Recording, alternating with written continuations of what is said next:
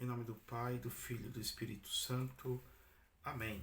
Queridos irmãos e irmãs, nós estamos no 15º domingo do tempo comum e desde já convido você a dar o seu like, você também divulgar esse canal de evangelização tão importante. É sempre as pessoas conhecerem Jesus e as pessoas também entenderem melhor, compreenderem melhor o Evangelho que é proclamado na missa de domingos, digo, sobretudo aqueles que se confessam como católicos.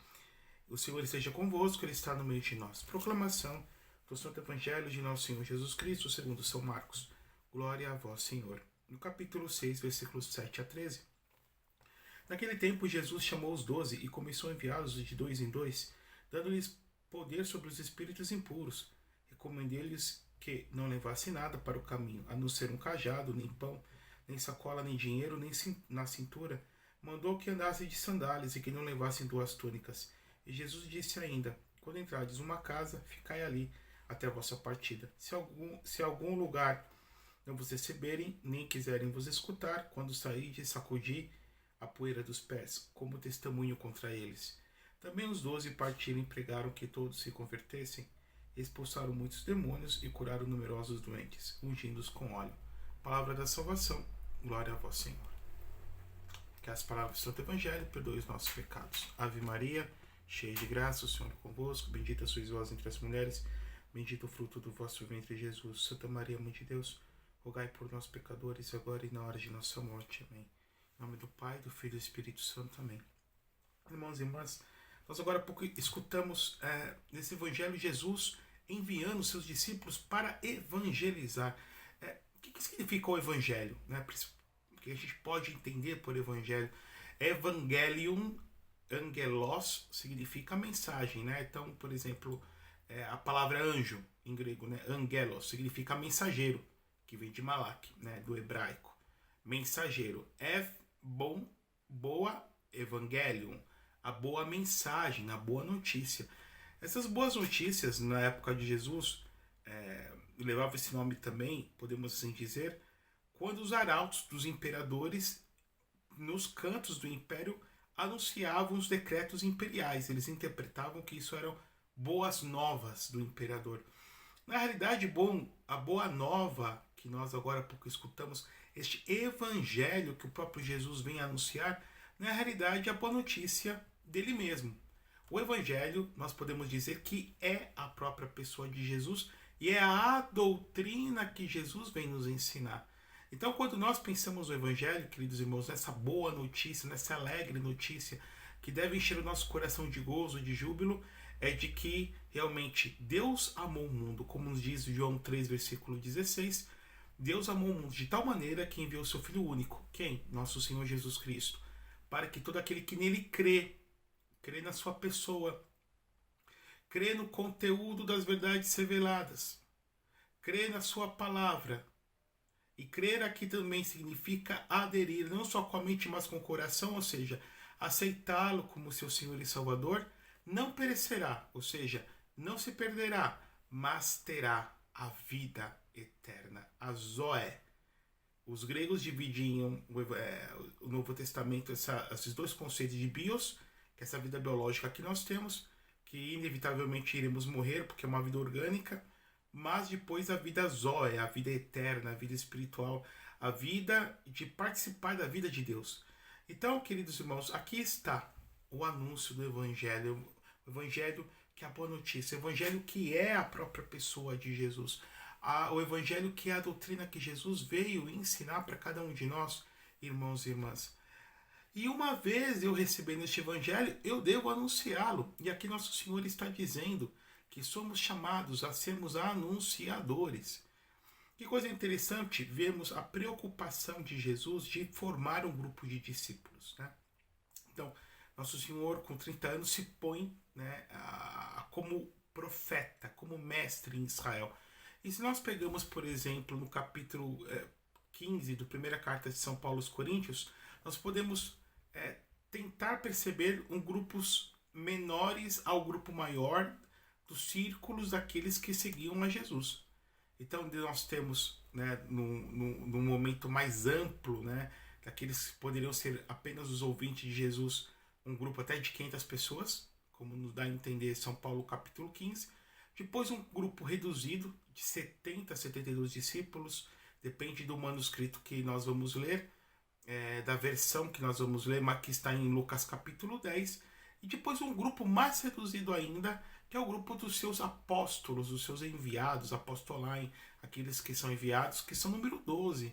E um grupo mais restrito, que são aqueles que são os queridos de Jesus, Pedro, Tiago e João, né?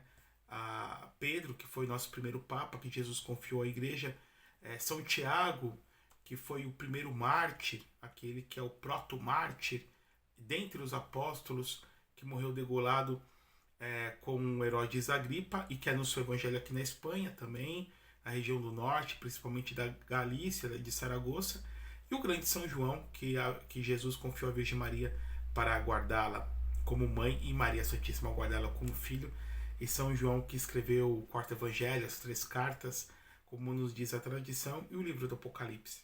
Então, nós vemos esse grupo reduzido. O discípulo tem diferença com um aluno, né? Quando a gente fala de discípulo, nós não temos muito bem noção, na nossa prática hoje, homens do século XXI, que vem da palavra grega matassé, mas da palavra latina discipulum, discipuloi, que significa discipulum, vem de polo, galinha, aquela relação que tem o pintainho com a galinha, ou seja, o pintinho vai seguindo a mãe galinha para onde quer que ela vá. O aluno com seu professor é uma relação, entre aspas, como se fosse profissional, né? O professor vai dar suas classes, o professor dá a sua aula, ele está preocupado em passar um conteúdo programático, um conteúdo livresco, e o aluno, a missão dele é aprender. E depois, cada qual, no final da aula, vai para o seu canto, o professor para sua casa, para os seus afazeres, o aluno também para os seus afazeres. A relação do mestre com o discípulo é outra. Porque não é meramente uma doutrina, não é meramente alguma coisa a ser ensinada, a ser acreditada, mas é um estilo de vida. Você aprende tudo com o seu mestre. E nós somos assim chamados também a sermos com Jesus. Aprendemos com Jesus. Não só acreditarmos em Jesus, não só aceitar Jesus na nossa vida, não só rezar Jesus como nosso Deus, porque ele de fato é a segunda pessoa da Trindade, mas também aprendermos com ele o estilo, o modo de viver, o modus vivente de Jesus, o modus operandi de Jesus, como Jesus vivia, como Jesus operava, como Jesus agia, como diz a música do Padre Zezinho, né? Amar como Jesus amou, pensar como Jesus pensou, agir como Jesus agiu, perdoar como Jesus perdoou. Na realidade, o que nós podemos chamar de nos configurarmos a Jesus. E configurar significa ganhar as formas, ganhar os moldes de Jesus. Porém, a relação do discípulo com Jesus, com o mestre, não é meramente algo que é individual. Nós devemos também sermos evangelizadores, de anunciarmos a palavra do Senhor, para que mais pessoas possam ser salvas, né? Então, para que mais pessoas possam ter a possibilidade da salvação. Se eu amo Jesus, eu quero que Jesus seja amado por todos. Se eu aceitei Jesus na minha vida, eu quero que o máximo de pessoas também aceitem Jesus, que o Evangelho seja anunciado a todos os rincões do planeta Terra, para se cumprir aquilo que nos diz em Marcos, no capítulo 16, que Jesus fala, aquele que for batizado, que crê e for batizado, será salvo, quem não crê será condenado, ou como em Mateus 28, quando Jesus diz, então, ide pelo mundo, tornai discípulos meus todos os povos, ensinai a todas as nações, e batizai-as em nome do Pai, do Filho e do Espírito Santo. Aqui Jesus está mandando os discípulos de 2 em 2. É interessante quando a gente vê esses testemunhos de Jeová, né, não são católicos como nós, não acreditam na Trindade, não acreditam que Jesus Cristo é Deus, não acreditam em uma série de dogmas cristãos, porém, o modus operandi é evangélico, vão de 2 em 2 batendo nas casas, muitas vezes até mesmo incomodando. Queridos irmãos, nós devemos também ser pessoas que não tenham respeito humano, ser pessoas que sejam cara de pau, ser pessoas que tenham parresia, como diz São Paulo, o santo destemor, a santa audácia de falarmos de Jesus. Muitas vezes na igreja, eu sou padre e até bem pouco tempo tinha paróquia, nós nos preocupamos em sempre fazer planos pastorais, como que organizando um certo marketing para poder evangelizar, uma certa publicidade. até mesmo planos pedagógicos.